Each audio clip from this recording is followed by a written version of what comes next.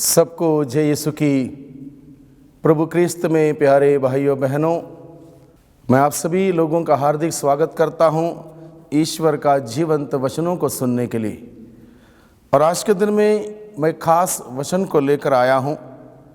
प्रभु यीशु मसीह के इस दुनिया में आने के मुख्य उद्देश्य क्या है, इस विषय को लेकर हम लोग आज के दिन में मनन चिंतन करेंगे। प्रभु यीशु इस दुनिया में आने का मुख्य उद्देश्य क्या है। बाइबल हमें बताता है, लूकस का सुसमाचार अध्याय 19 पद संख्या 10 में लिखा है, मानव पुत्र खोजने और बचाने आया है। Son of man came to seek and to save the lost. अभी दो बातें यहां पर लिखी हैं। मानव पुत्र खोजने के लिए आया है, बचाने के लिए आया है। वो क्या खोजने के लिए आया और किसको खोजने के लिए आया है? इस दुनिया में लोग खो गए, दुनियादारी में, बुराई में, पापों में, तमाम प्रकार के बंधनों में जकड़ते हुए ईश्वर से दूर चले गए हैं, खो गए हैं। उन सभी लोगों को जो खो गए हैं इस दुनिया में, उनको खोजने के लिए प्रभु स्वर्ग छोड़कर इस धरती पर उतर के आता है। और प्रभु का मुख्य लक्ष्य है खोए हुओं की खोज करना, खोए हुओं की खोज करना। हम लोग खोई हुई भेड़ के बारे में बाइबल में सुनते हैं।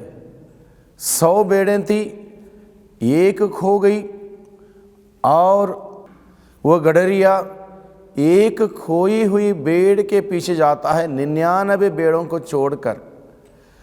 देखिए ईश्वर की लॉजिक देखिए। मैंने इस बात को लोगों के साथ मनन चिंतन करते हुए कई बार पूछा लोगों से, मान लो आपके पास 100 भेड़ें हों और आपकी एक भेड़ खो गई है, तो आप में से कितने लोग ऐसे हैं या कौन ऐसा होगा जो 99 भेड़ों को छोड़कर एक के पीछे जाएगा?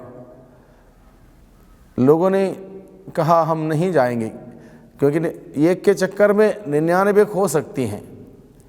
तो मैंने कहा चलो एक के बदले 10 कर दो। 10 भेड़ें आपकी खोई हुई हैं, तो आप 90 भेड़ों को छोड़कर जाओगे? तब भी उन्होंने कहा नहीं, क्योंकि 10 के चक्कर में 90 भी ना खो जाएं। ये मनुष्य की सोच है। और ईश्वर की सोच देखिए, ईश्वर एक भेड़ के लिए भी वो चरवाहा 99 भेड़ों को छोड़कर एक की खोज करते हुए जाता है। यह है ईश्वर का लॉजिक, ईश्वर का थिंकिंग। और इस प्रकार से ईश्वर का प्यार हम सबों के प्रति प्रकट किया गया है। उसका प्रेम अपार है, अनंत है, असीम है, उसकी कोई सीमा नहीं है। हम मनुष्य समझ नहीं सकते, इतना प्यार है ईश्वर का हम सभी मनुष्यों के प्रति। क्योंकि हम सभी मनुष्यों से वो ईश्वर बेहद प्यार करता है। हम उसके दृष्टि में प्रेशियस हैं, हम उसकी दृष्टि में मूल्यवान हैं, महत्व रखते हैं। और इस प्रकार से वो ईश्वर हम सबों से प्यार करता है। और इस प्रकार से वो ईश्वर अपना प्यार को प्रकट करते हुए, जताते हुए अपने पुत्र, एकलौते पुत्र यीशु मसीह को इस धरती पर भेजता है। यानी कि इस धरती पर प्रभु यीशु मसीह खोए हुओं की खोज करते हुए आए, ताकि वो दुनियादारी में खोए हुए सारे के सारे लोगों को पाएं उस चरवाह के भांति, और फिर एक बार पिता से मेल मिलाप कराते हुए एक झुंड में लाते हुए आनंद मना सकें। जिस प्रकार से उस खोई हुई भेड़ों के दृष्टांत के माध्यम से हमें बताया गया है। इस प्रकार से हम देखते हैं प्रभु यीशु मसीह इस धरती पर आने का मुख्य लक्ष्य, उसमें से प्रथम बात यह है, वो खोए हुओं की खोज करते हुए मानव पुत्र खोजने और बचाने के लिए आए। दूसरा काम है बचाना, पापियों को बचाना है तो पाप का वेतन मृत्यु है, तो मृत्यु से इंसान मर जाएगा, यानी कि खत्म हो जाएगा।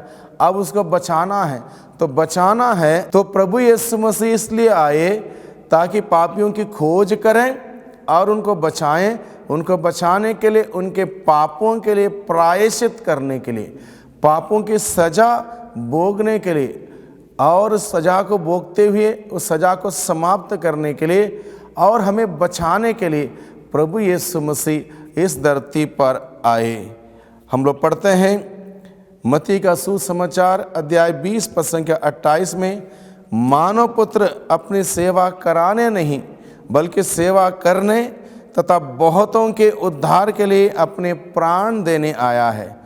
To give his life as a ransom for many. वो इसलिए आया सेवा कराने नहीं, सेवा करने तथा बहुतों के उद्धार के लिए अपने प्राण देने के लिए आया है। He came to save us, यानी कि हमें बचाने के लिए उसको अपना प्राण अर्पित करना पड़ा। घोड़ों की मार खानी पड़ी, भारी क्रूस उठाना पड़ा, अपमान निंदाएं सहनी पड़ी, हर प्रकार की सज़ा क्रूस के साथ जुड़ी हुई उस सज़ा को उन्होंने स्वीकार किया। और क्योंकि यह सज़ा पाप के परिणाम के रूप में हम सबों को मिलनी थी, प्रभु ने नहीं चाहा कि हम लोग इस प्रकार की मौत मरें पाप की सज़ा के रूप में। उस ईश्वर ने अपने प्रेमी पुत्र को, प्रिय पुत्र के ऊपर हमारे पापों को पुत्र के द्वारा समाप्त किए और हम सबों को प्रभु यीशु की क्रूस, मरण, प्राण, पीड़ा, मृत्यु और पुनरुत्थान के उस महान रहस्य के द्वारा हम सबों को पिता की आदि अनादि योजना के तहत हम सबों को बचाया है। ये है लक्ष्य, ये है उद्देश्य, जिस उद्देश्य से प्रभु यीशु मसीह इस धरती पर आए। और यही बात हम लोग पढ़ते हैं यूहन्ना का सुसमाचार अध्याय 3 पद संख्या 16 में, ईश्वर ने संसार से इतना प्यार किया कि उसने उसके लिए अपने एकलौते पुत्र को अर्पित कर दिया, जिससे जो कोई उसमें विश्वास करे उसका सर्वनाश ना हो बल्कि उन्हें अनंत जीवन मिले। हमारी खोज करने के लिए, हमें बचाने के लिए और हमें अनंत जीवन प्रदान करने के लिए प्रभु यीशु मसीह इस धरती पर आए। हम लोग पढ़ते हैं यूहन्ना का सुसमाचार अध्याय 12 पद संख्या 46 में, प्रभु कहता है, मैं ज्योति बनकर संसार में आया हूँ, जिससे जो मुझ में विश्वास करता है वह अंधकार में ना रहे। यानी कि अंधकार में भटकने वाले लोगों के लिए एक अद्भुत ज्योति प्रभु मसीह के द्वारा इस धरती पर आई, ताकि अंधकार से संचालित होकर जीने वाले, अंधकार के अधीन रह के जीने वाले सभी लोगों को उस ज्योति के माध्यम से फिर एक बार स्वर्ग का द्वार दिखाई दे, स्वर्ग के रास्ता मालूम हो जाए और स्वर्ग की ओर वो सबके सब प्रस्थान करें। इसलिए प्रभु यीशु मसीह कहता है, मैं ज्योति बनकर संसार में आया हूँ, जिससे जो मुझ में विश्वास करता है वह अंधकार में ना रहे। अब यहाँ पर दूसरी बात हमें जानने की, समझने की ये है, वो ज्योति बनकर संसार में आया, लेकिन सबों ने उसकी ज्योति नहीं अपनाई, क्योंकि अंधकार में रहने वाले लोगों ने नहीं चाहा उस ज्योति को, क्योंकि उस ज्योति को ग्रहण करते तो उनके अंधकार के कार्य प्रकट हो जाते। इसलिए बहुत सारे लोगों ने उस ज्योति को नहीं अपनाया। इसलिए प्रभु का वचन कहता है, जिससे जो उसमें विश्वास करता है वह अंधकार में नहीं रहे। यानी कि जो प्रभु का उस प्रकाश को स्वीकार करता है, प्रभु को स्वीकार करता है, प्रभु के उस विश्वास को स्वीकार करता है, वह अंधकार में नहीं रहेगा। और प्रभु का मकसद, प्रभु का लक्ष्य इस धरती पर आने का यही था कि ज्योति बनकर संसार में आया, ताकि सबके सब उस ज्योति में आए, उस उजाले में आए, उस प्रकाश में आए, जहाँ अंधकार नहीं है, ना अंधेरा है, न अंधकार की शक्ति है, न अंधकार की कोई साया है, बल्कि वहाँ पर आनंद ही आनंद है। और ऐसे आनंद का जीवन हम सभी जिएं, इसलिए प्रभु मसीह इस दुनिया में ज्योति बनकर आए। और प्रभु का वचन हमें बताता है यूहन्ना का सुसमाचार अध्याय 12 पद संख्या 47 में, प्रभु कहता है, मैं संसार को दोषी ठहराने के लिए नहीं आया हूँ, संसार का उद्धार करने के लिए आया हूँ। मैं संसार को दोषी ठहराने के लिए नहीं आया हूँ। प्रभु कहता है, मैं संसार का उद्धार करने के लिए आया हूँ। जो मेरा तिरस्कार करता है, वह मेरी शिक्षा ग्रहण करने से इनकार करता है, वह अवश्य ही दोषी ठहराया जाएगा। दोषी वही ठहराया जाएगा जो प्रभु मसीह को स्वीकार नहीं करता, प्रभु मसीह की शिक्षा स्वीकार नहीं करता, वही दोषी ठहराया जाएगा। इसलिए प्रभु कहता है, मैं संसार का उद्धार करने के लिए आया हूँ। यानी कि संसार बर्बाद हो रहा था, संसार में लोग खो जा रहे थे, पाप में डूब रहे थे, बुराई में डूब रहे थे और इस प्रकार से अंधकार में रह रहे थे। इसलिए प्रभु ज्योति बनकर आया और यहाँ पर आके दोषी ठहराने के लिए नहीं, बल्कि संसार का उद्धार करने के लिए प्रभु मसीह इस धरती पर आए। इसलिए जो प्रभु कहता है, जो मेरा तिरस्कार करता है, मेरी शिक्षा का तिरस्कार करता है, वो दोषी ठहराया जाएगा। इसलिए भाइयों बहनों, प्रभु का निमंत्रण है। हम लोग क्रिसमस मनाते हैं दिसंबर के 25 तारीख को और उसके पूर्व कैरल्स गाते हैं, जगह जगह जाके मुबारकबाद देते हैं और बहुत सारे कार्यकलाप करते हैं। इस दौरान, क्रिसमस को मनाने के दौरान अलग अलग प्रकार से, अलग अलग अंदाज से लोग बड़े धूमधाम से बहुत पैसा खर्चा करते हैं, क्रिसमस मनाते हैं। लेकिन सवाल है, क्या प्रभु मसीह मेरे जीवन में आता है? क्या प्रभु मसीह मेरे परिवार में आता है? ये सवाल हम अवश्य पूछें। क्रिसमस मनाएं बड़े धूमधाम से।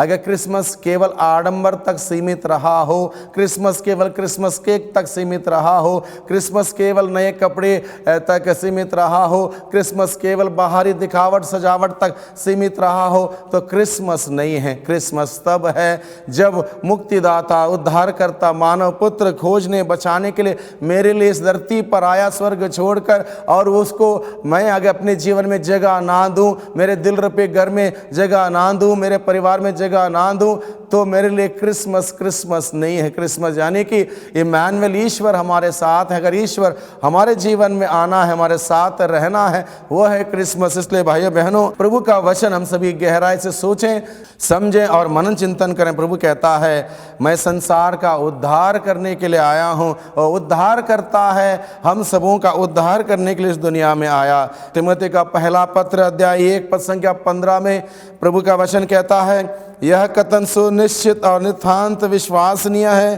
कि ईसा मसीह पापियों को बचाने के लिए संसार में आए, और उनमें से सर्वप्रथम मैं हूँ। ईसा मसीह पापियों को बचाने के लिए संसार में आए। संसार में आने का उद्देश्य प्रभु का पापियों को बचाने के लिए। ईश्वर नहीं चाहते थे कोई भी उसकी संतान, उसके बेटे, उसकी बेटियां इस दुनिया में पाप करते हुए बर्बाद हो। वो ईश्वर दया से द्रवित होने वाला हमारा पिता, हमारे अब्बा, वो दया से द्रवित हुआ हमारी परिस्थिति देखकर, हमारी दशा देखकर, हमारी दुर्दशा देखकर। इसलिए उसने सोचा, नहीं, मैं मेरी प्रजा को बचाऊंगा, और इस पाप के गहरे गड्ढे में गिरे हुए लोगों को कौन निकाल सकता है। हर कोई इस धरती पर जो रहता है, रहेंगे, वो सब के सब पाप के गहरे गर्त में गिरे हुए हैं, और गहरे गर्त में से वही व्यक्ति बाहर निकाल सकता है जो गड्ढे में ना गिरा हो, जो पाप के गड्ढे में ना गिरा हो। इसलिए ईश्वर को मनुष्य का रूप धारण करते हुए इस धरती पर आना पड़ा, क्योंकि वह निर्दोष निष्कलंक मेमना सभी समस्त पापियों के लिए सूली पर बलि बनकर बलि चढ़ाने के लिए इस धरती पर आया, ताकि उसके महान बलिदान, दुख भोग और पुनरुत्थान के फल स्वरूप हम सबों को पाप क्षमा मिले, हम सबों को मुक्ति मिले, हम सबों को उद्धार मिले। इसलिए गहरे पाप के गर्त में गिरे हुए हम सभी लोगों को बाहर निकालने के लिए यीशु मसीह इस धरती पर आए। तिमोथी का पहला पत्र अध्याय 2 पद संख्या 4 से 8 के प्रसंग में हम सुनते हैं, क्योंकि वह चाहता है कि सभी मनुष्य मुक्ति प्राप्त करें और सत्य को जानें, क्योंकि केवल एक ही ईश्वर है, और ईश्वर तथा मनुष्यों के लिए केवल एक ही मध्यस्थ है, अर्थात ईसा मसीह, जो स्वयं मनुष्य है और जिन्होंने सबों के उद्धार के लिए अपने को अर्पित किया। भाइयों बहनों, कितनी सुंदर बात। ईश्वर कितना चाहता है मुझे और आपको, हम सबों को बचा के रखने के उद्देश्य से वो इस धरती पर आया। इसलिए भाइयों बहनों, आज के दिन में जब हम लोग इस वचन को सुन रहे हैं तो इस वचन पर हम लोग मनन चिंतन करें। विशेष रूप से जब हम लोग क्रिसमस मनाते हैं, मनाने की तैयारी करते हैं, उस संदर्भ में हम सबों को ये सोचना, मनन चिंतन करना बहुत ही आवश्यक होगा। क्या मैंने केवल क्रिसमस का आडंबर मनाया या वास्तविक रूप में प्रभु मसीह मेरे जीवन में आए? जब 2000 साल पूर्व जब प्रभु मसीह इस धरती पर आने वाले थे, उनको किसी के यहाँ जगह नहीं मिली, क्योंकि किसी के दिल में ईश्वर के लिए, यीशु के लिए जगह नहीं थी। इसलिए उनको गौशाले में जानवरों के बीच में आना पड़ा। आज के 2000 साल के बाद जब हम लोग क्रिसमस का जश्न मनाएंगे, आनंद मनाएंगे, पर्व मनाएंगे, तो आज फिर एक बार ऐसा ना हो कि हम अपना दिल बंद करके रखें। अपना दिल खोलें, उस ईश्वर के लिए स्वागत करें, अपने जीवन में स्वागत करें, अपने परिवार में। जहाँ यीशु का जन्म होगा वो घर बन जाएगा। हम लोग बाइबल में पढ़ते हैं, गौशाले में प्रभु यीशु मसीह का जन्म हुआ, और जब प्रभु यीशु मसीह का जन्म हुआ, वहाँ पर लोगों ने प्रवेश करके देखा कि वह घर बन चुका था। यानी कि प्रभु यीशु है तो घर है। घर यानी कि प्रेम का निवास स्थान, सत्य, प्रेम, भाईचारा का निवास स्थान। इसलिए प्रभु हमारे जीवन में जन्म लें, हमारे परिवारों में जन्म लें, और हम इस प्रकार से बड़े हकीकत से आनंद, उत्साह के उल्लास के साथ प्रभु का जन्म दिवस, क्रिस्त जयंती हम सभी मनाएं। तो आज के दिन में, इस वक्त जो हम लोगों ने वचन सुना है, हम प्रार्थना करें विशेष रूप से हम सब के सब एक सुंदर क्रिसमस मनाने के लिए अच्छी तैयारी कर सकें। वास्तविक रूप में प्रभु मसीह हम सबों के जीवन में आए। इसलिए भाइयों बहनों, आइए हम प्रार्थना करें। सर्वशक्तिमान पिता परमेश्वर, धन्यवाद देते हैं, आपने अपने प्यार को अपने पुत्र यीशु मसीह को इस धरती पर भेजते हुए प्रमाणित किया, हमारे सम्मुख सबूत प्रकट किया। हम आपको धन्यवाद देते हैं प्रभु यीशु मसीह। आप हम सबों को बचाने के लिए, खोए हुओं की खोज करने के लिए, हमारा उद्धार करने के लिए, स्वर्ग राज्य का रास्ता दिखाने के लिए, अंधकार से हमें निकालने के लिए आप इस दुनिया में आए। प्रभु, वही आपकी ज्योति हम सबों को मिल जाए, आपके प्यार की ज्योति, विश्वास की ज्योति हमें मिल जाए, जिससे कि हम सभी उस आपके वचनों के मुताबिक जीवन बिताते हुए, उस सुंदर क्रिस्तीय जीवन बिताते हुए आपकी गवाही बने, आपके साक्षी बने। आपको हमारे जीवन में, अपने दिल रूपी घर में, अपने परिवार में सदा ही जगह दें, आपके मूल्यों पर चलते हुए, आपके सिद्धांतों पर जीते हुए, ताकि प्रभु हम आप में सदा ही आनंद मना सकें। इमानुएल यानी कि ईश्वर हमारे साथ है, इस बात का आभास और अनुभव हमें हर दिन हर पल मिलता रहे। दुआ करते हैं उद्धारकर्ता यीशु मसीह के नाम से, आमीन।